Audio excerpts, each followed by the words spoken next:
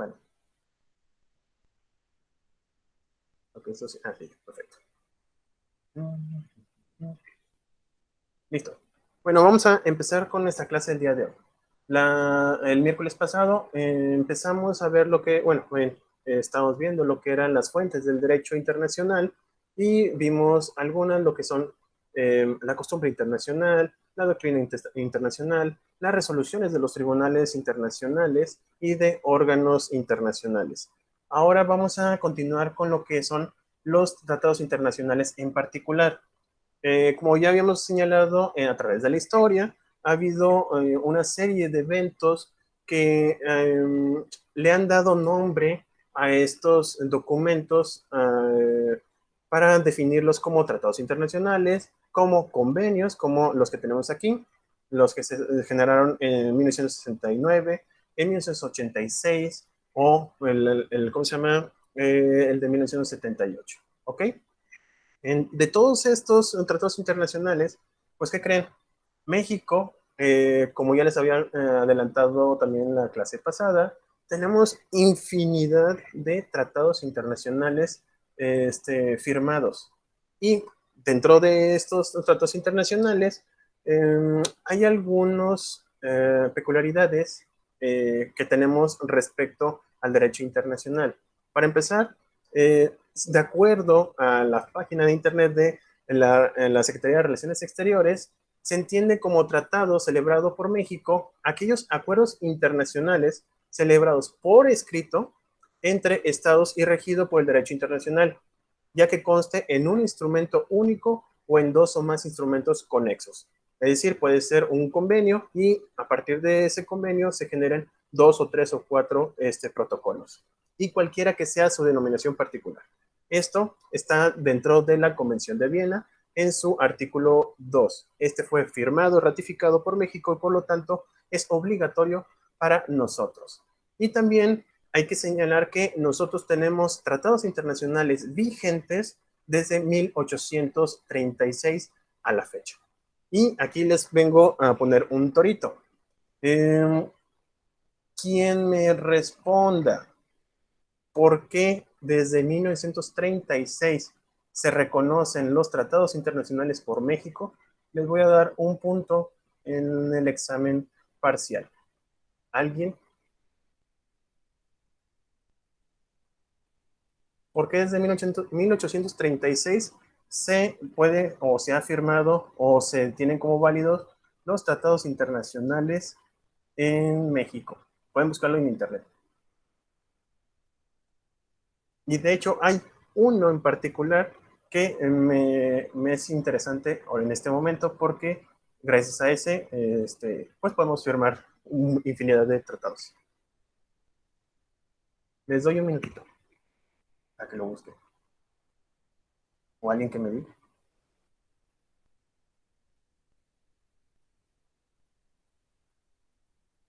Porque fue cuando se declaró la independencia de México, ¿no, profe? ¿Cuándo? 1836. ¿Se declaró la independencia de México? Pero como nación libre. ¿Cómo, perdón? Como nación libre. Híjole, vas por ahí, vas por ahí. Ya te Porque ganaste finalizó la independencia de México, ¿no? Porque... Esa fue, ¿sí? Carla, Carla, dime. Gracias. Porque finalizó la independencia de México. ¿Se acuerdan que fue en 1921 cuando se consumó la independencia? Sí. Ah, Y en entonces, 1836 España lo reconoce oficialmente la independencia de México. perfectísimo. Heriberto, tienes punto 1, bueno, pues sí, punto 5 en tu examen extra, y Katia tienes un punto. En efecto, muchísimas gracias. Es a través del primer convenio que se hace, el primer tratado internacional que tiene México es precisamente el reconocimiento de España. Excelente, Katia. Me gustó tu participación. También, Heriberto, ya ibas en eso, nomás que como tal no era la independencia. Nosotros nos declaramos como tal independientes y hasta 1921 nosotros nos reconocimos como tal.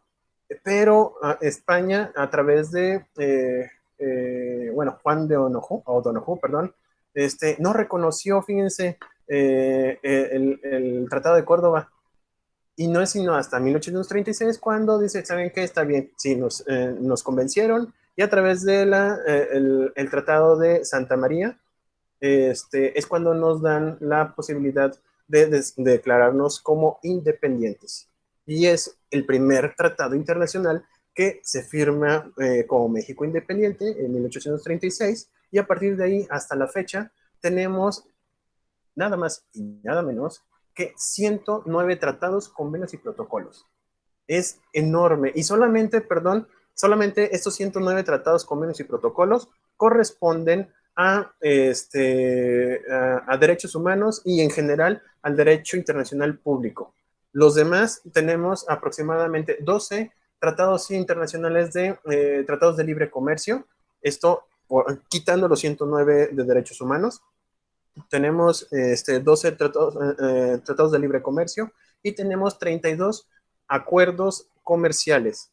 Es muchísimo, son muchísimos tratados los que tenemos los mexicanos, bueno, en este caso el país de México, respecto a otros países. Nadie tiene tantos como México, así de sencillo. Es más, ni siquiera Suiza, que es la más neutral y la que supuestamente es en donde van todos los países a reconocer. Incluso Suiza ni siquiera tiene tantos como nosotros. Y tenemos desde carácter general, como la Declaración Universal de los Derechos Humanos. También tenemos tratados de menores de 18 años de edad, de niños y de niñas adolescentes. Tenemos tratados de asilo, tenemos tratados de migración y nacionalidad. Nosotros en México, simplemente con que, sin importar la raza, la forma física por ejemplo, de un bebé, con el simple hecho, con la presunción de que se encuentra en territorio mexicano, ese bebé que por sus características implique que tenga una semana de vida, un mes de vida, solamente por el hecho de estar en el territorio mexicano, nosotros a través de tratados internacionales y nuestra Ley General de Población podemos darle ya la nacionalidad mexicana. Piense qué grandioso es México, que tiene tantos tratados internacionales, tantos derechos humanos, que incluso nosotros les damos nacionalidad incluso a las personas que por ende o por tácita situación se encuentren en nuestro territorio. También tenemos obviamente los derechos internacionales humanitarios. Nosotros somos dentro de los países neutrales que podemos recibir gente por cuestiones de guerras o por conflictos internos de otros países. Tal es el caso que pasó, por ejemplo, en España. En los años 30, México les da asilo y también genera una serie de procesos de migración para que todos los españoles que quisieran salir de la época donde estaba Franco, el general Franco, llegaran a México para su protección. Asimismo, tenemos tratados internacionales de minorías y pueblos indígenas. Nuestro artículo primero y nuestro artículo, si mi memoria no me falla, el cuarto, habla precisamente de que nosotros como nación estamos compuestos de diferentes grupos indígenas y afrodescendientes que están identificados y que deben ser respetados incluso sin importar el lenguaje que profesen. Acuérdense que nosotros tenemos aproximadamente 42 lenguas indígenas, las cuales forman parte de nuestro México y sobre todo son reconocidos a través de nuestra Constitución porque nosotros hemos hecho tratados internacionales, convenios relacionados con dichos pueblos indígenas, bueno, en este caso, el reconocimiento de los pueblos indígenas y de minorías. Minorías, háblese de grupos vulnerables como lo son o pueden ser los afrodescendientes y también los que tienen, bueno, en este caso, los del grupo LGTB y también las personas con algún tipo de discapacidad. También está los tratados de desaparición forzada. Gracias a esta se modifica nuestra constitución en el año 2011. También tenemos muchos tratados, muchos convenios referentes a favor de las mujeres para erradicar toda la violencia que se pueda someter a las propias mujeres. También como un grupo vulnerable, las mujeres aquí en México, e históricamente hablando, se les ha permitido, fíjense el término, se les ha permitido entrar ya sea a la política, a el gobierno como tal, o incluso a ciertos derechos que anteriormente no se tenían. Hemos avanzado muchísimo a partir del año 2000 y en particular con la reforma del 2011, las mujeres han podido gozar más de sus derechos que en lo que ha atravesado la historia. Se han incluso cambiado el tipo de lenguaje gracias a este tipo de tratados. También, como ya les había señalado, existen algunos tratados a favor de las personas con discapacidad, no solamente que sean reconocidos, sino que también se hagan modificaciones a las estructuras del gobierno o infraestructuras públicas para que las personas con alguna discapacidad puedan tener acceso incluso para rampas o lectura a través de ay, se me olvidó cómo se llaman, plantillas braille. También en materia de tratados internacionales, también lo que es el penal internacional. Recuerden que hacer un derecho pues, prácticamente universal, el jus punitivo, se trata de generar ciertos, en este caso con los tratados y convenios internacionales, darles un trato de humanitario, por decirlo de una manera, a aquellas personas que se encuentran con la privación de su libertad a consecuencia de una condena judicial. También tenemos los tratados de no discriminación racial. Es muy importante porque, vamos, aquí en México, al tener una gran mayoría de pueblos indígenas, bueno, bien, tenemos muchos pueblos indígenas, muchos grupos indígenas, mejor dicho, pues tienen la posibilidad de que haya algún tipo de discriminación y sobre todo una discriminación racial. Este tipo de tratados lo que van a hacer o lo que van a apoyar a México es de generar un protocolo para que dicha discriminación se vaya erradicando. También lo que es la propiedad intelectual. No solamente se protege las innovaciones que se hacen internamente en el país, sino que no sean copiadas a través de otros países. Hemos tenido muchos casos, muchísimos casos de propiedad intelectual que ha sido robada por otros países. No sé si recuerden que, hemos tenido dos casos en particular. La de la Virgen de Guadalupe se volvió una marca de producción en China y también está, me acuerdo, la marca, bueno, el logo del Instituto Mexicano del Seguro Social también fue registrada a nivel internacional por China, y hemos tenido problemas también de derechos de autor, por ejemplo, con el himno mexicano. Entonces, a través de los tratados internacionales, se ha venido erradicando este tipo de acciones y sobre todo se ha dado mayor protección a los ciudadanos mexicanos frente a las demás naciones o estados. También tenemos tratados internacionales de educación y de cultura. Ustedes tienen derecho a la educación, a que sea una educación libre de alguna ideología, ya sea política o social.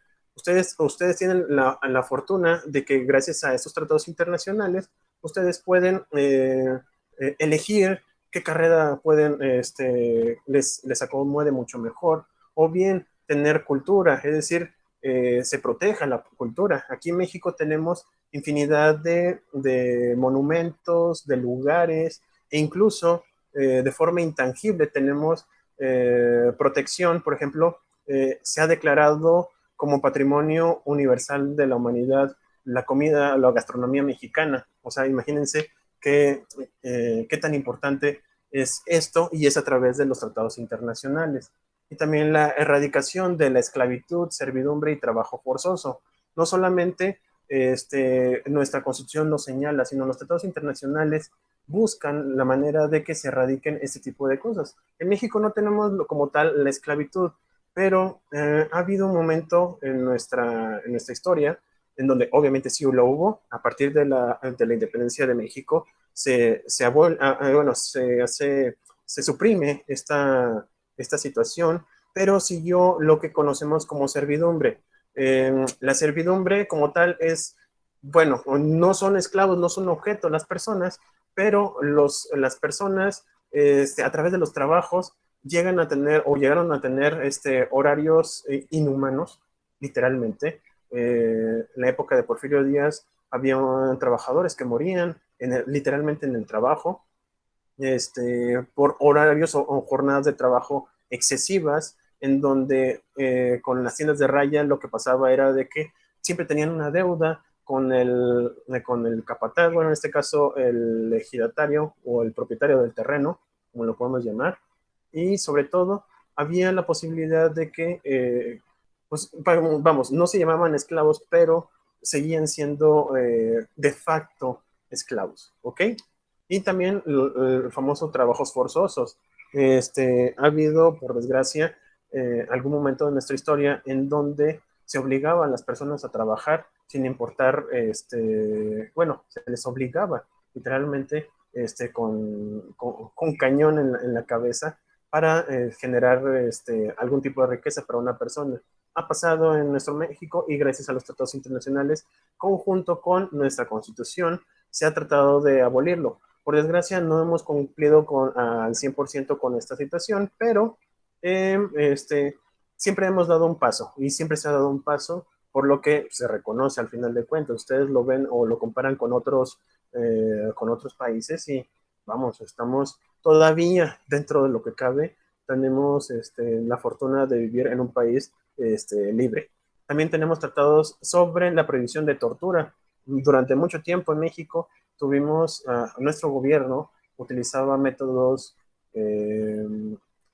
inhumanos, es que no sé cómo lo puedo explicar, vamos, era tan deplorable este tipo de situaciones que tenía gente en las cárceles mediante este tipo de actividades, en donde pues, iban a buscar a Nemo, no sé si conozcan ese concepto, o bien el famoso tehuacanazo, acupuntura de las uñas, vamos, había unos métodos bastante inhumanos, para no decirles, bueno, de otra manera, en donde el gobierno, las autoridades eran las que inducían la confesión de unas personas sobre o respecto a algún acto de delito. Es decir, a través de este tipo de actividades, lo que hacían o lo que terminaban haciendo era con el sufrimiento de la persona, reconocer algún delito que quizás no cometieron. También tenemos tratados internacionales del medio ambiente. Ha habido, bueno, ustedes lo pueden ver a través de nuestras autoridades actuales federales, en donde hemos tenido algún tipo de conflicto respecto a esto, ya que si bien tenemos tratados internacionales en donde tenemos que erradicar lo que es el dióxido de carbono lo más pronto posible a nivel mundial para no acabarnos nuestro planeta, hemos tenido algunas acciones que son contrarias. Sin embargo, tenemos tratados internacionales en donde cualquiera de nosotros podemos invocarlas a través de los mecanismos internacionales que posteriormente lo vamos a ver, para que ustedes, si por alguna razón quieren, podemos verlos para ver el procedimiento de entrar incluso a la Corte Interamericana de los Derechos Humanos. Y por último tenemos temas de trabajo, el Tratado Internacional del Trabajo. Como bien, se parece muchísimo a lo que vimos a la erradicación de la esclavitud y servidumbre. Resulta ser de que a través de la historia, a través de algunas huelgas que se dieron aquí en México, en Estados Unidos, en Francia, en Alemania, se dignificó el concepto de trabajo al momento de generarse tratados internacionales en donde se hacen investigaciones, incluso se culmina a algunos estados a que cumplan con estos tratados internacionales. Entonces, como ven, y solamente estoy hablando de derechos humanos, si nos pudiéramos ir o pudiera invocar ahora en este momento a los tratados de libre comercio, híjoles, estaríamos hablando de otro tema muy importante. Sin embargo, como son actos relativamente de derecho privado, pues no lo podríamos ver, pero nada más los 12 tratados internacionales que tenemos en Asia, en Sudamérica, en Europa y con Estados Unidos es más que suficiente para que, vamos, nosotros como mexicanos estuviéramos ahorita literalmente en el primer mundo. ¿Por qué no? Hay otras situaciones que después, si quieren, lo podemos comentar. ¿Hasta aquí alguna duda, algún comentario que quieran aportar? Con confianza. Acuérdense que hoy es viernes, entonces es un poquito más relajado.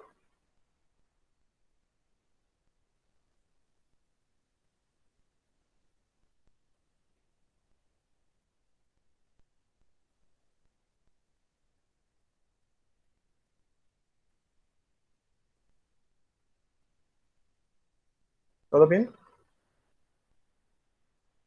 Sí, profe, todo bien. Perfecto. Sí, profe. Perfectísimo. Ok. Bueno, entonces vamos a seguir. Bueno, estos tratados internacionales como tal, pues se han ido perfeccionando durante, repito, bueno, soy muy repetitivo, la verdad, pero trato de serlo porque ocupo que ustedes entiendan esta situación. Los tratados internacionales sirven para regular las relaciones entre estados, punto. Sin embargo, estos tratados internacionales han sido, han evolucionado conforme al paso de los años. Ustedes pueden ver en estas imágenes, bastante terribles, definitivamente, en donde un soldado, bueno, en este caso, un casco azul, está llevando una niña en su regazo, y del otro lado hay una bomba bastante, bueno, ya explotó. Y del lado derecho está una niña, bueno, una foto muy famosa que se dio en Corea, en donde hubo un bombardeo y la única forma de salir era así como estaba esta niña. Entonces, estas situaciones a nivel internacional mueven. Ustedes cuando, como les decía desde un inicio en nuestras clases, cuando alguien les hace algo en sus derechos, les mueve algo. O sea, sienten que algo está mal. Y ese algo, lo sienten todo el mundo. O sea, vamos, no, y no lo llamo como un sentido común, sino que ustedes, si sienten algo y el de la otra persona, cuando ve una imagen, también siente ese como coraje o esa impotencia, eh, les mueve y provoca la creación de algo o el movimiento de algo. Eso es lo que pasa con los tratados internacionales y es lo que pasa, bueno, en tratados internacionales, pero en general con el derecho. Cuando se genera el derecho fue por una situación que todo el mundo sabe, bueno, en toda una sociedad sabe que se tiene que cambiar, que se tiene que modificar, porque no es posible que esté sucediendo. Si en una comunidad, por no poner un tope, hay un atropellado todos los días, incluso a la misma hora, ustedes como sociedad pues dicen, es que se tiene que cambiar algo, se tiene que modificar algo porque no es posible que todos los días haya algún atropellado. Entonces lo que hacen es modificar las normas o le exigen a la autoridad para que esa autoridad ponga un tope o ponga algo para que ya no vuelva a haber algún tipo de atropellado. Exactamente lo mismo pasó o ha pasado a nivel internacional. Cuando hay una guerra, cuando se acaba la Primera Guerra Mundial, vamos, trataron de todos los estados que estuvieron ahí involucrados y que sufrieron muchas pérdidas, dijeron, es que hay que hacer algo. ¿Por qué? Porque se murieron millones de personas. La población se redujo por esta situación y no tiene que volver a pasar. Pasó, pero trataron de hacer algo, se trató de solucionar ese conflicto. Así también vamos, como el preámbulo de los tratados internacionales. Pero los tratados internacionales públicos aparecen a partir de un reconocimiento del Estado moderno. Ustedes cuando vieron la teoría del Estado, de hecho hoy vamos a ver un poquito, vamos a recordar un poquito lo que son la teoría del Estado, pero cuando se genera el reconocimiento del Estado moderno es a través del Tratado de Westfalia. Como ya les había comentado, los estados ya se vuelven sujetos de la comunidad internacional y existe lo que le conocemos como soberanía territorial. ¿Ok? Esta es la imagen más importante del Tratado de Westfalia. Resulta ser de que, no sé si, bueno, sí les comenté algo en otra clase, pero había un conflicto entre protestantes y la Iglesia Católica. Lo tomo a consideración porque es historia del Tratado Internacional. No es algo que, bueno, en lo particular, no trato de ser neutral en todos mis comentarios y sobre todo, vamos, no me quiero meterme en alguna religión, pero es necesario porque históricamente hablando, esta es la situación, o gracias a esto es que estamos en este momento hablando en esta clase. Entonces, la paz de Westfalia es cuando se firma después de la Guerra de los 30 años, en donde se da libertad a cada uno de los estados. Recuerden que el catolicismo dominaba toda Europa y empieza a haber difusión de nuevas religiones a partir de la Iglesia Católica. Se cinde con Calvino y con Lutero y empieza a haber un cambio radical de idea de que la Iglesia Católica no es la única iglesia a nivel naciones, sino que también existen otras. Recuerden que había persecución de judíos en aquel entonces, imagínense, y se retomó en el siglo pasado. Pero en 1648, bueno, en este caso en 1618, empieza a haber conflictos entre las iglesias, ya no tenían problemas con los moros, ahora la iglesia se rompe y empieza a ver los protestantes y llega un momento en donde dicen, ya, vamos a romper esto, vamos a tener que firmar un convenio, un tratado, bueno, no le llamaban tratado, sino era un documento, en donde decían, para evitarnos o seguir evitándonos estas guerras tan innecesarias, cada uno de los territorios que estén establecidos como católicos se pueden unir a nosotros como con el Papa. Y aquellos territorios que no correspondan o crean que hay mayoría de una religión distinta, se pueden adherir a nosotros o simplemente ustedes van a generar sus reglas. Se hace una ruptura a través de los territorios sobre la religión. Cualquier estado, por eso ya se da firmemente el concepto de estado moderno, ya se establece de que en los territorios en donde se establezca una autoridad, llámese estado, pueden elegir qué religión van a profesar en ese territorio y por lo tanto van a regirse bajo sus propias reglas y se van a respetar las mismas. Al momento de que se respetan esas reglas de distintas religiones, a partir de ahí ya se estructura, ya se limitan los estados de un lado y de otro. ¿Ok?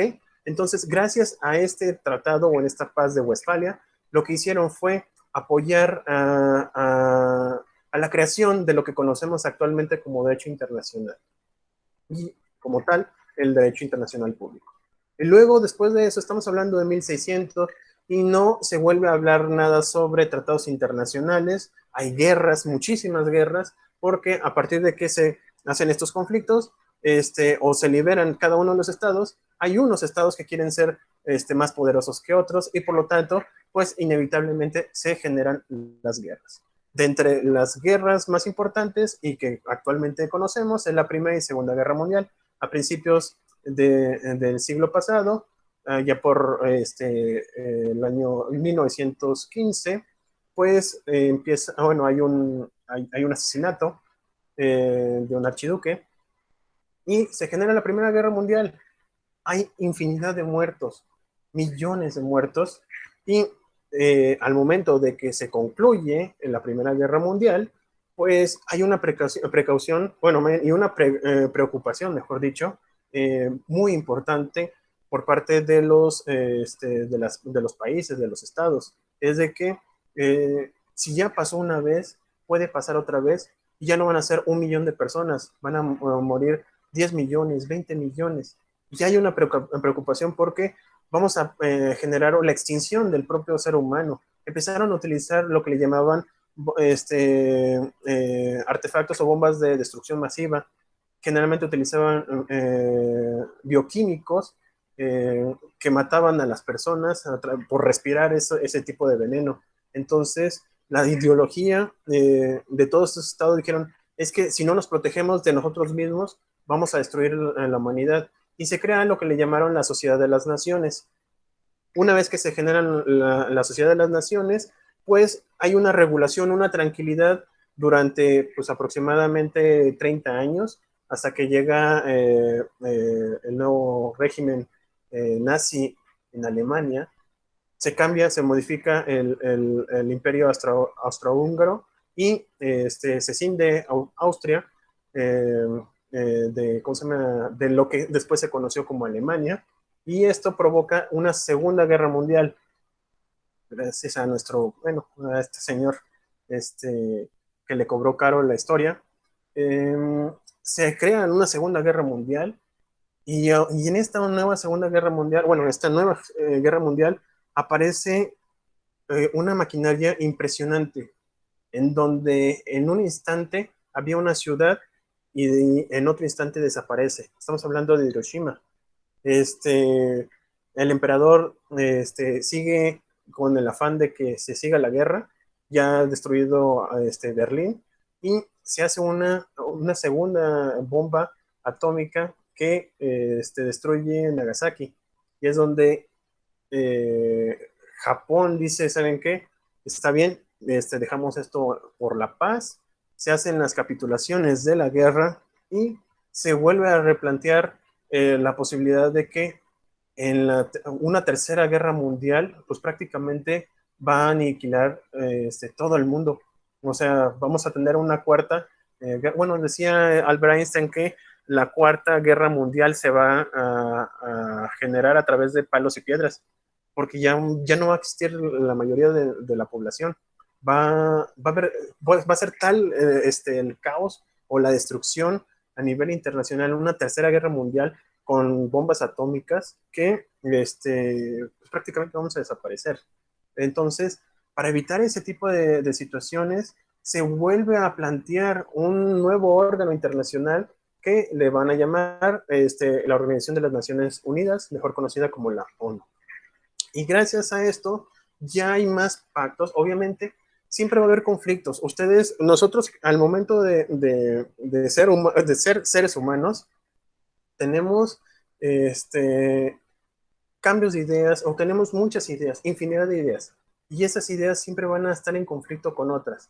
Asimismo, va a ser con un estado, con otro estado, y van a estar en pugna, siempre van a estar en pugna. ¿Por qué? Porque no vamos a tener una misma ideología, siempre va a cambiar. Tenemos, por cuestiones de raza, cultura, incluso territorio. Hay algunos estados que mueren o destruyen otros terrenos precisamente porque no tienen agua, porque no tienen algún elemento importante que si estuviera en otro territorio, ni siquiera tendrían ese conflicto. Entonces, todas esas situaciones han logrado o han marcado que se cree ciertos derechos en donde, si bien tenemos esos conflictos, tenemos que respetar y tenemos que generar límites. Y esos son a través de la documentación internacional de regulación jurídica entre estados, y lo vamos a llamar tratados internacionales. ¿Hasta aquí alguna duda? ¿Todo bien?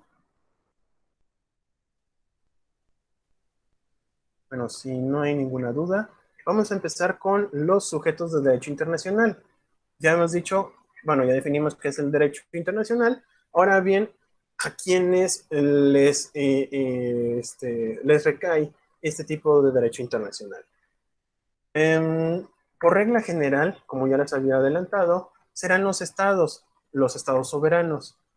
Sin embargo, existen otros sujetos atípicos que se apartan del modelo del estado, y lo vamos a ver más adelante. Sin embargo, vamos a enfocarnos el día de hoy, bueno, lo que queda de la clase, sobre los estados soberanos, y posteriormente vamos a ir de uno por uno, ¿sí? tenemos suficiente tiempo para estarlos viendo en este cuatrimestre. Pero los voy a enunciar. El primero de ellos y el clásico sujeto internacional es el Estado soberano. Después existen algunos otros estados con subjetividad jurídica internacional. A estos les vamos a llamar así porque si bien tienen reconocimiento de otro estado como un estado, parece trabalenguas, pero le faltan ciertos elementos para decir, es que este sí es un estado que se pueda reconocer. El caso más común es Palestina. Palestina es una historia aparte, pero resulta ser de que tiene población, tiene territorio, pero no tiene, bueno, y tiene gobierno, bueno, miento, tienen estado, tienen población, pero no tienen territorio. El territorio que, bueno, actualmente tienen establecido en la Franja de Gaza, pero se le han estado quitando por cuestiones de guerra entre Israel y la propia Palestina. De hecho, hace poquito, no sé si han visto en las noticias, hubo un ataque por parte de Israel. Generalmente hacen tratados de paz, duran un año, 6 meses. Bueno, este último estuvo un poquito más largo, creo que fueron 2 años, pero a partir de que se hubo un rompimiento hace poquito de este tratado de paz, pues se vuelve a haber problemas bélicos entre Palestina y Israel. Sin embargo, Palestina como tal no es reconocido a grosso modo por los demás estados. México sí lo tiene reconocido, Estados Unidos no. Vamos, existe un conflicto de reconocimiento, por eso les digo que son estados parciales, porque les falta algún elemento que a continuación vamos a ver. Después tenemos en la Orden de Malta, también vamos a explicar eso, aquellos grupos beligerantes que son reconocidos de manera internacional. Si ustedes, bueno, están reconocidos, me refiero a de que tienen nombre. Por ejemplo, las FARC, no sé si conozcan el STLN de aquí de México, con el subcomandante Marcos.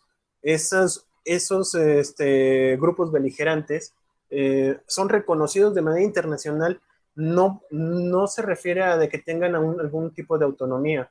Sin embargo, se entienden y se establece como una organización que tiene cierta relevancia internacional. Es decir, si hubiera otro grupo aquí en México que fuera beligerante y no fuera reconocido a nivel internacional, simplemente no tendría esa colocación dentro de las noticias o dentro de la importancia nacional. Sin embargo, existen ciertas características de estos grupos que los hacen de manera internacional reconocidos. Repito, está el ZLN, está las FARC, está, ¿cómo se llamaba? Ya se me olvidó, el de España. Bueno, había un grupo, los ETAs, en donde tenían reconocimiento internacional, pero obviamente por sus cuestiones o por características de separación.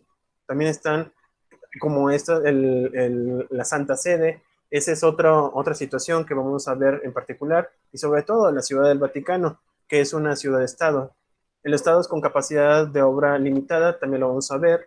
Los movimientos de liberación nacional, esos en particular, generalmente se dan en la parte bueno, unas zonas de Rusia, en particular cuando estaba en la Unión Soviética, también lo vamos a ver de manera grosso. Los insurrectos existen sobre todo en África, y vamos a ver un poquito de lo que son los individuos como sujetos de excepción en el derecho internacional público. Ustedes como sujetos pueden ir ante una corte interamericana, como individuos pueden ir ante la corte interamericana para que le resuelvan algún derecho que le ha sido violentado. Pasó con Jorge Castañeda respecto a su derecho de ser candidato independiente. Fíjense, una persona común y corriente como uno, fue ante esta corte interamericana y le resolvieron a favor de que tendría que tener algún tipo de recurso en materia electoral para que sea resuelto en México. Entonces, existen elementos, existen características de algunos tratados internacionales o algunas implicaciones internacionales que el individuo puede llegar a utilizar esos tratados internacionales. Y también los organismos internacionales. Vamos a ver la ONU, bueno, en general, todos los órganos que corresponden a una cooperación internacional. Los estados soberanos. Bueno, ¿hasta aquí alguna duda? ¿Ya se me durmieron? No, profe, no hay dudas. Perfecto, perfecto, Jorge. Okidoki. Entonces, ¿quiénes son los estados soberanos? No sé, perdón, como pregunta general, ¿ustedes tuvieron la teoría general del Estado? Es simplemente para recordar, No, o sea, no les voy a preguntar ahorita nada de eso, porque sí, lo tuvieron perfecto. Entonces, si se acuerdan, o si tienen, si no, no, se lo recuerdo, pero la idea, obviamente. Los estados soberanos tienen tres características. Son los estados-nación y la soberanía, ya que son piezas fundamentales. Pues, ahorita vamos a ver cada una de esas partes de un estado que lo hacen reconocibles a nivel nacional o perdón, en este caso a nivel de estados, naciones internacionales. Es que aquí en México el concepto estado yo lo vería, o a lo mejor ustedes también lo ven así, cuando hablo de estado, Zacatecas, Aguascalientes, Yucatán. Vamos a hablar siempre en materia internacional, estado como país, es decir, el Estado de México como el país de México, Estado de Francia como el país de Francia.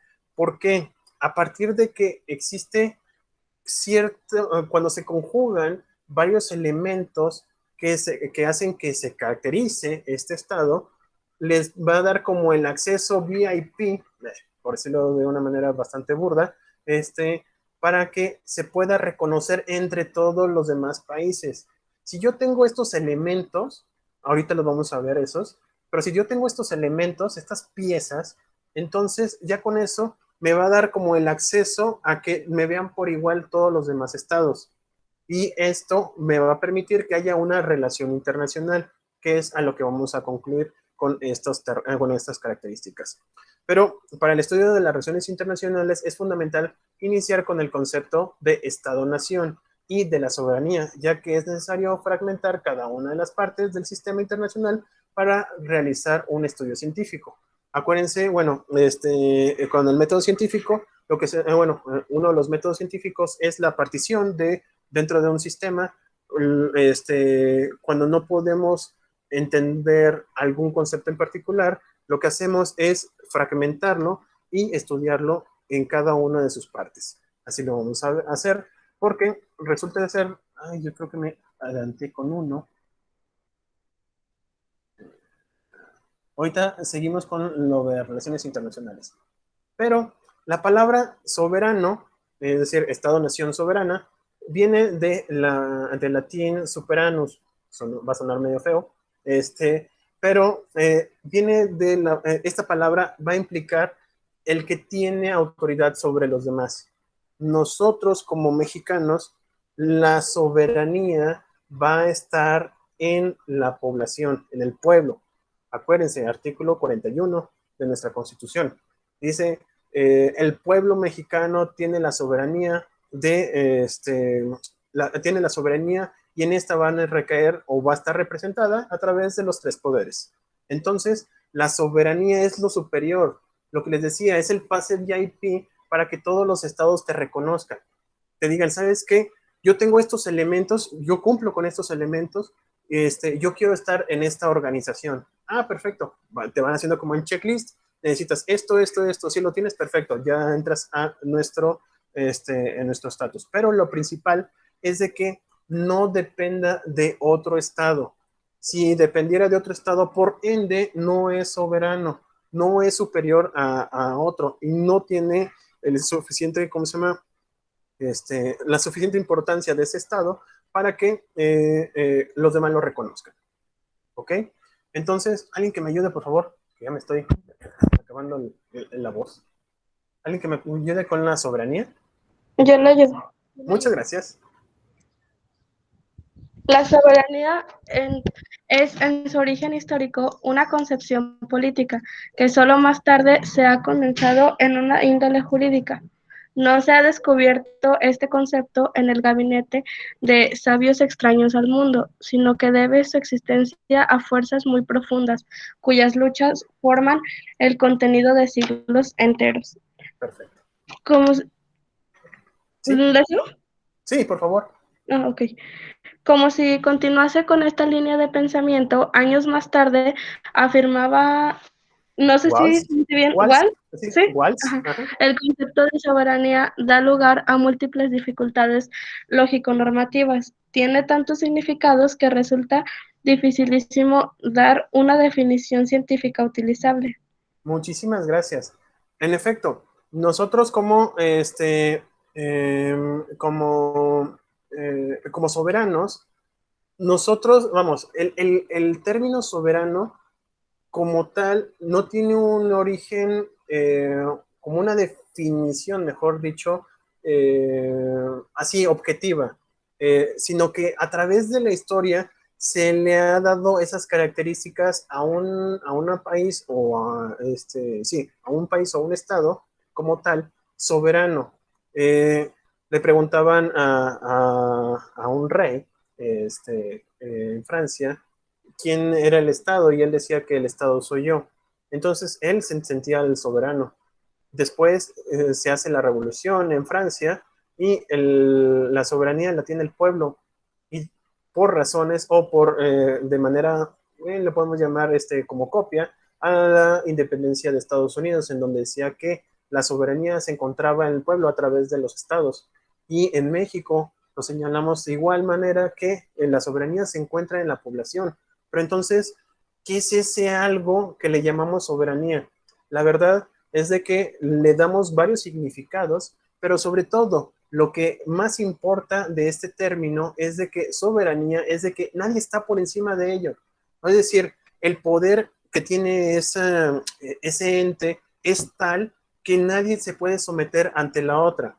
Por ejemplo, México no se puede someter, o como tal, como país de mexicano, o como México, mejor dicho, no se somete a Estados Unidos.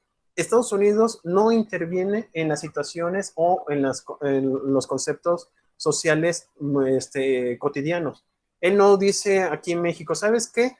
Mañana el precio del dólar va a ser a 13 pesos o 20 pesos. Ellos no lo hace. Existen otros elementos que hacen que si por alguna razón Estados Unidos dijera eso, nosotros estaríamos ahorita burlándonos o riéndonos, porque la verdad es que no sería posible. ¿Por qué? Nosotros tenemos lo suficiente para que no someternos ante esa situación. O bien, si Francia viniera aquí, es más, imagínense que un cargamento francés llega a México, de buenas a primeras, llega y trata de invadir México. Pues lo que va a pasar es de que el pueblo mexicano, a través de sus ejércitos, van a custodiar nuestro territorio y todos los demás estados van a decir, oye, espérate, Francia, no puedes hacer eso. O sea, ya está reconocido por nosotros de que tú no puedes hacer absolutamente nada en el territorio mexicano. Estoy dando un ejemplo, ¿eh? Si se fijan, es ese algo más que nadie puede discutir y sobre todo nadie puede ir más allá. Repito, ningún estado lo puede hacer. La única forma sería a través de algún tipo de guerra y incluso para que haya una guerra, actualmente tiene que haber ciertos pasos, tiene que haber ciertos procedimientos para que se logre llegar a esa guerra. No cualquier país puede invadir a otro, técnicamente hablando. Pero no lo podrían hacer porque existe algo que le llamamos soberanía. Repito, existe definiciones y ustedes lo van a ver a través de Google, ustedes pueden poner qué es soberanía y todos les van a decir lo mismo, nadie está por encima de él. Él es el superior, ese ente, ese algo está superior respecto a los demás. Y eso es lo que se reconoce o se tiene que reconocer a través de tiempo, a través de sus elementos, que ahorita los vamos a ver rápidamente, y también el reconocimiento de otros estados, en donde le digan, ¿saben qué? Tú no puedes hacer eso. ¿Por qué? Porque si lo haces, después lo vas a hacer conmigo. Pasó en la Segunda Guerra Mundial. Todo el mundo le dijo, es que no, tienes que invadir Polonia, no debes de invadir Polonia. Si invades Polonia, le dicen a Hitler, bueno, en este caso, Inglaterra, si tú mueves otro paso para invadir a Australia, digo, a Polonia, perdón, te declaro la guerra. Lo hizo Hitler y por eso empieza la Segunda Guerra Mundial. Pero en principio de cuentas, le están dando su reconocimiento a Polonia para que, como un ente soberano. Era un país que no debía ser invadido, y sin embargo lo hace, y por eso empieza toda esta situación de la Segunda Guerra Mundial. Entonces, se fijan, nadie podía reprocharle, todos le reprocharon, mejor dicho, a Alemania, y todos estaban apoyando a Polonia, que era ¿cómo se llama? Un ente soberano.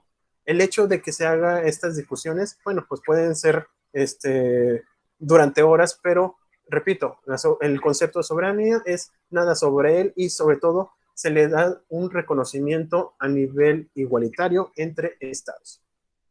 ¿Ok? Esto, si quieren, lo vamos a pasar tantito. Y dentro de los estados soberanos nos encontramos con estos elementos, lo que es la población, el gobierno, el orden jurídico efectivo, el territorio y las relaciones internacionales. Cuando se conjuntan estos elementos, es decir, ya están definidos, ya podemos llamar que es un estado soberano.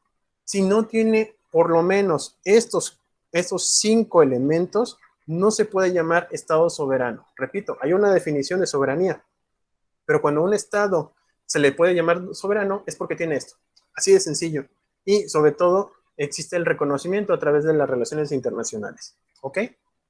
Entonces, rapidísimo. El primer elemento es la población. Podemos hablar muchísimo sobre la población porque en México tenemos el ejemplo de la interrelación entre culturas. Imagínense, somos 32 estados que en cada uno de ellos tiene sus usos y costumbres. No es lo mismo Baja California que Cancún. Incluso en Cancún hay infinidad, bueno, en este caso hay muchísimos grupos o poblaciones indígenas que en Aguascalientes es el 0.02%. Allá, repito, en Chiapas, en Quintana Roo o en Yucatán, la población está por encima del 50%. Definitivamente, las usos y costumbres son distintos. Y como quiera, nosotros nos estamos uniendo a través de los Estados Unidos mexicanos. Es decir, hay un orden jurídico que se hizo a través de un pacto federal en donde nos conjuntamos todos. Pero la población va a identificar al reconocimiento entre nosotros, los 32 estados. Lo que hacemos es, a nivel individual, nos consideramos o formamos parte y reconocemos que formamos parte de una población que se llama México. Si nosotros no nos reconociéramos como mexicanos, estaríamos hablando de otra cosa distinta. Si todos en un momento determinado decimos, ¿saben qué? Yo ya no me siento mexicano, la otra persona me dice, yo no me siento mexicano, y así los 130 millones de mexicanos, se rompe el concepto del Estado mexicano y seremos otra cosa menos Estado. Definitivamente es el elemento más importante de todos, ya que sin este elemento podemos incluso llegar a tener menos de los otros elementos, pero sin no podemos llamarnos México. Luego tenemos algo que le llamamos gobierno. Así como nosotros estamos en una sociedad, pues necesitamos una forma de autoridad que nos organice, que se implemente para poder cumplir los fines de la sociedad, que es el bien común. Nosotros, a través de nuestra sociedad, hacemos un pacto en donde delegamos ciertos derechos con tal de que el gobierno nos proteja internamente y sobre todo también nos proteja de manera externa. Así pasaba en los feudos.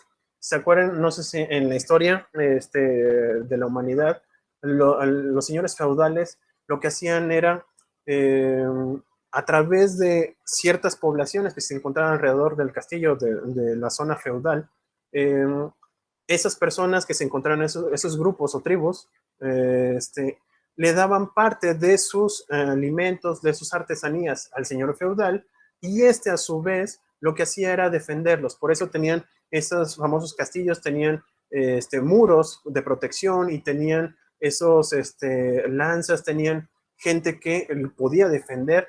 Lo que hacían había una mutua cooperación entre estas personas. Así nosotros también en la sociedad, todo lo que es el concepto del territorio mexicano, o en este caso, en donde se encuentra aplicada la norma mexicana, está protegida internamente entre nosotros y externamente a través de los tratados internacionales. Con ese tipo de gobiernos, lo que va a hacer es defender y reconocer que existimos a través de las reuniones que hacemos, todas las conferencias o todos los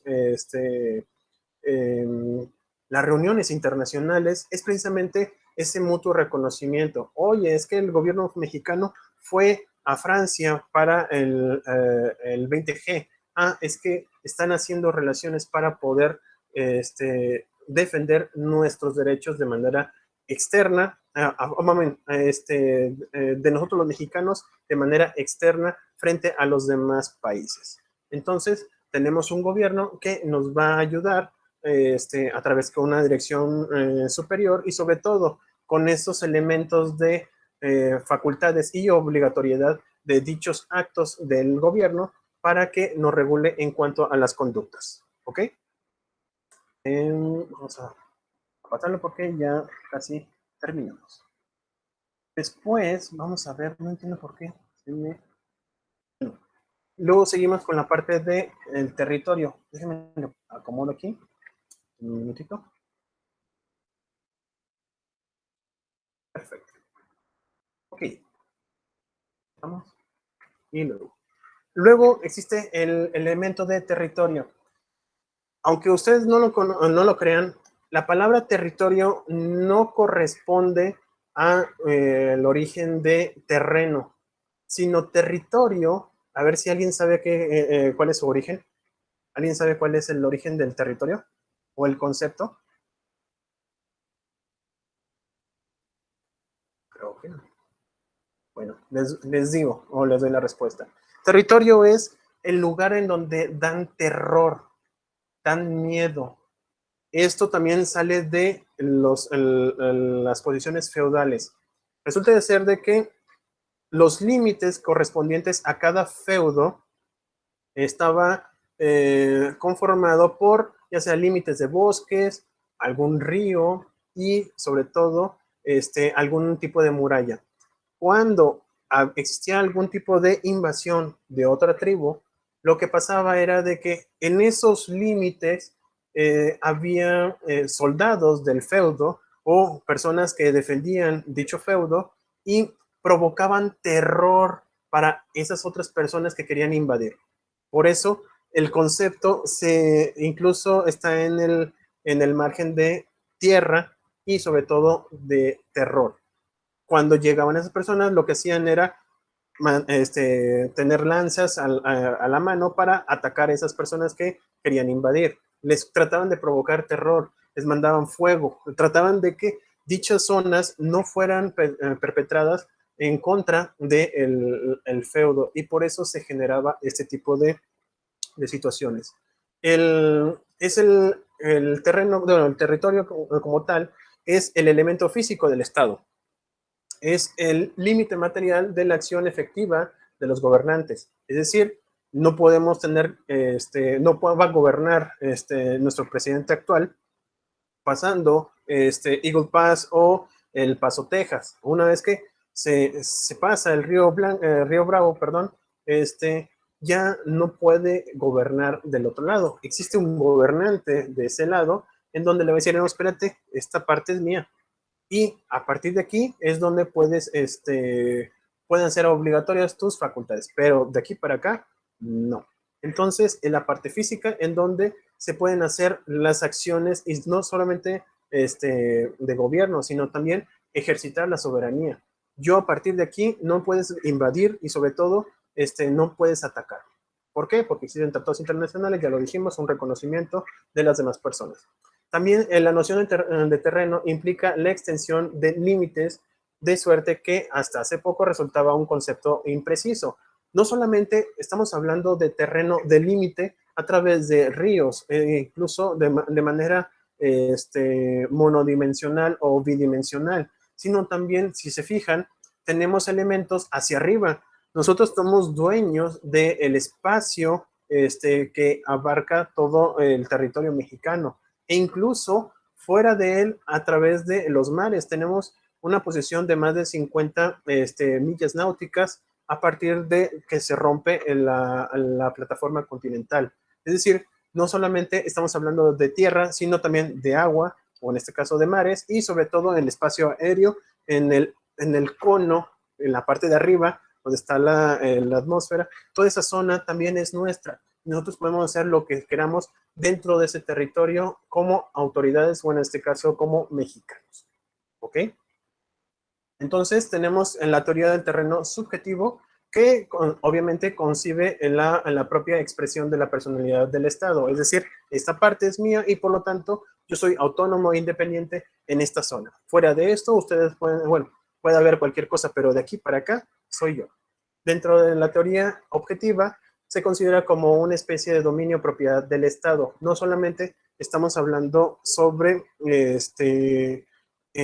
vamos, que nadie entre hacia el territorio mexicano, sino que también esto como tal, lo vamos a llamar así, Estado mexicano. Cuando das el primer paso, no puedes decir que es el estado de Texas, sino es el estado de Chihuahua o el estado de Coahuila.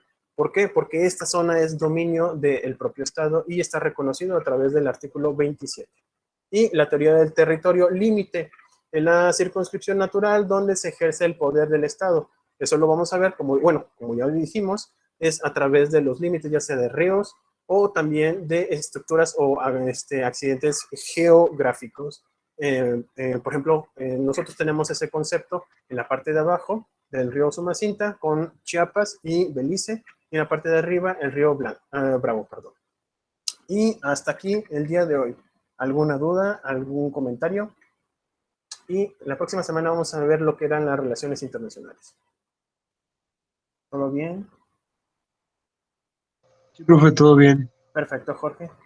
Bueno, repito, hasta aquí el día de hoy. Yo creo que en unos 7 minutitos doy por concluido en el WhatsApp del grupo. ¿Sale?